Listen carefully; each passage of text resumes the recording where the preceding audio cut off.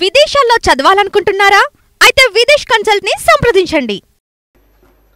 పెరుగుతున్న వ్యవసాయ పెట్టుబడి కోసం రైతులు అప్పులు చేయక తప్పనిసరి పరిస్థితి ఏర్పడింది. గతంలో చేసిన అప్పు తీరితేనే రాబోయే పంట కాలానికి కావలసిన పెట్టుబడికి రుణం దొరుకుతుంది. మన రైతన్నలకు ఇచ్చిన మాటకు కట్టుబడి మా ప్రభుత్వం వారిని రుణవిముక్తులు చేసింది. వారికి 2 లక్షల లోపు రుణాలను మాఫీ చేసింది. ఇప్పటి వరకు 25.35 లక్షల మంది రైతులకు 20,616 కోట్ల 89 లక్షల రూపాయలు రుణమాఫీ చేశాం. దీనివల్ల రైతులు మళ్లీ వ్యవసాయ రుణాలు పొందటానికి మార్గం సుగమమైంది. ఈ భారీ రుణమాఫీతో తెలంగాణ రాష్ట్రంలోని రైతుల ఆర్థిక మరియు సామాజిక స్థితిగతులు మెరుగుపరిచేందుకు బాటలు వేశాం.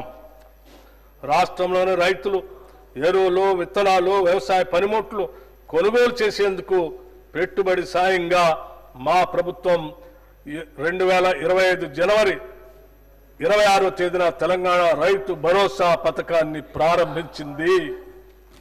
ఈ పథకం కింద రైతులకి ఏడాదికి ఎకరానికి 12,000 రూపాయలు అందుతాయి. ప్రజాధనం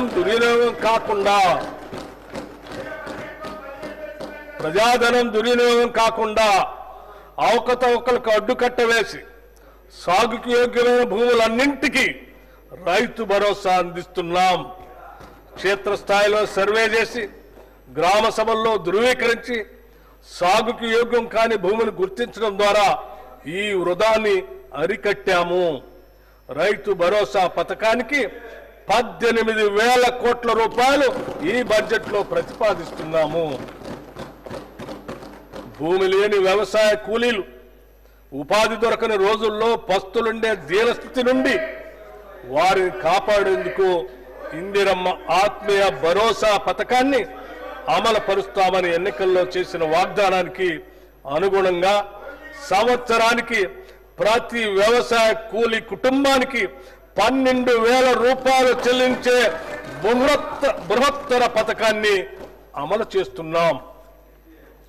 రాష్ట్ర రైతుల నుండి కొనుగోలు చేసే సన్న ధాన్యానికి ప్రతి క్వింటాలకు 500 రూపాయల చొప్పున అదనపు ప్రోత్సాహాన్ని చెల్లిస్తున్నాం. దీనివల్ల రాష్ట్రంలో సన్న రకాల వరి సాగు గణనీయంగా పెరిగింది. గత ఖరీఫ్తో పోల్చినప్పుడు సన్న వడ్ల సాగు 25 లక్షల ఎకరాల నుండి 40 లక్షల ఎకరాలకు పెరిగింది. మా ప్రభుత్వం ఇస్తున్న బోనస్ మరియు ప్రతి చివర వడ్ల గింజ కూడా కొంటామని మేము చేసిన వాగ్దానమే దీనికి ప్రత్యక్ష కారణం. ఫలితంగా రైతులకు చక్కని గిట్టుబాటు ధర లభిస్తున్నది. ఖరీఫ్ సీజన్లో సన్న వడ్లు పండించిన రైతులకి 1,206 కోట్ల 44 లక్షల కోట్ల రూపాయల బోనస్ చెల్లించడం జరిగింది. రైతుల సౌకర్యార్థం 2024-25 ఖరీఫ్ సీజన్లో 8,332 ధాన్యం కొనుగోలు కేంద్రాలను ఏర్పాటు చేసి వారికి ఎటువంటి ఇబ్బందులు లేకుండా చేశాం.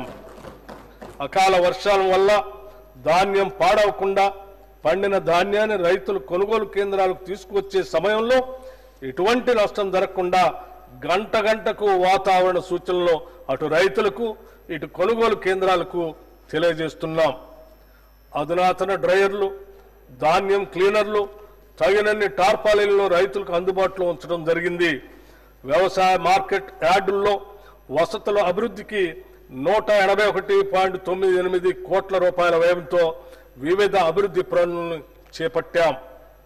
2024-25 ఖరీఫ్ సీజన్లో 10,35,484 మంది రైతుల నుండి ధాన్యం కొనుగోలు చేసి 12,511 కోట్ల 76 లక్షల రూపాయలు వారి ఖాతాల్లో జమ చేయటమైంది. కేంద్ర ప్రాయోజిత పథకాల ద్వారా రాష్ట్ర రైతుల ప్రయాణం కోసం అన్ని చర్యలు తీసుకుంటున్నాం. రాష్ట్రంలో ఆయిల్ పామ్ సాగును విస్తృతంగా చేపట్టాలన్న ప్రభుత్వ లక్ష్యంతో ప్రోత్సాహక సబ్సిడీని అందిస్తున్నాం. ఆయిల్ పామ్ దిగుమతులపై కస్టమ్స్ సుంకం లేని కారణంగా మన రైతులకు సరైన ధర లభించనందున కేంద్ర ప్రభుత్వంతో సంప్రదింపులు జరిపి ఆయిల్ పామ్ దిగుమతులపై కస్టమ్స్ సుంకం విధించేలాగా కృషి చేశాం. తద్వారా ఆయిల్ పామ్ రైతులకు టన్నుకి 2,000 రూపాయలు అదనపు లబ్ధి చేకూరి ఆయిల్ పామ్ సాగు మరింత లాభదాయకంగాను ఆకర్షణీయంగాను మారింది.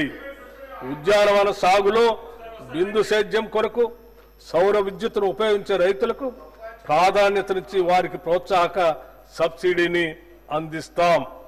వ్యవసాయ శాఖకు ఈ బడ్జెట్లో 24,439 కోట్ల రూపాయల్ని ప్రతిపాదిస్తున్నాం. పశువులు వ్యాధుల బారిన పడకుండా నిరోధించే టీకాలను ఉత్పత్తి చేసే తెలంగాణ పశు వైద్య టీకా ఉత్పత్తి కేంద్రం హైదరాబాద్ శాంతినగర్లో ఉంది. ఈ వెటర్నరీ బయోలాజికల్ రీసెర్చ్ ఇన్స్టిట్యూట్ని మామిడిపల్లికి తరలించి 300 కోట్ల రూపాయలతో భారీగా విస్తరింపజేస్తున్నాం. అంతేకాకుండా కొత్త వ్యాక్సిన్ల ఆవిష్కరణకు అవసరమైన పరిశోధనలు చేపట్టే నిమిత్తం 100 కోట్ల రూపాయలతో అధునాతన యంత్రాలను తెప్పిస్తున్నాం. నూతనంగా ఏర్పాటయ్యే ఈ టీకాల కేంద్రంలో బ్యాక్టీరియల్ వైరల్ వ్యాక్సిన్ ప్రొడక్షన్ ప్లాంట్లు, క్వాలిటీ కంట్రోల్, యానిమల్ టెస్టింగ్ ల్యాబ్లు, R&D, యానిమల్ బ్రీడింగ్ సెంటర్ వంటి వాటితో పాటు స్టాఫ్ క్వార్టర్స్ కూడా నిర్మిస్తాం. మన రాష్ట్రం నుండి భారీగా చేపల ఎగుమతిని ప్రోత్సహించడానికి రంగారెడ్డి జిల్లా కోహెడలో ఎక్స్పోర్ట్ ఓరియంటెడ్ హోల్సేల్ చేపల మార్కెట్ను 47 కోట్ల రూపాయల వ్యయంతో నిర్మించాలని ప్రతిపాదించాం.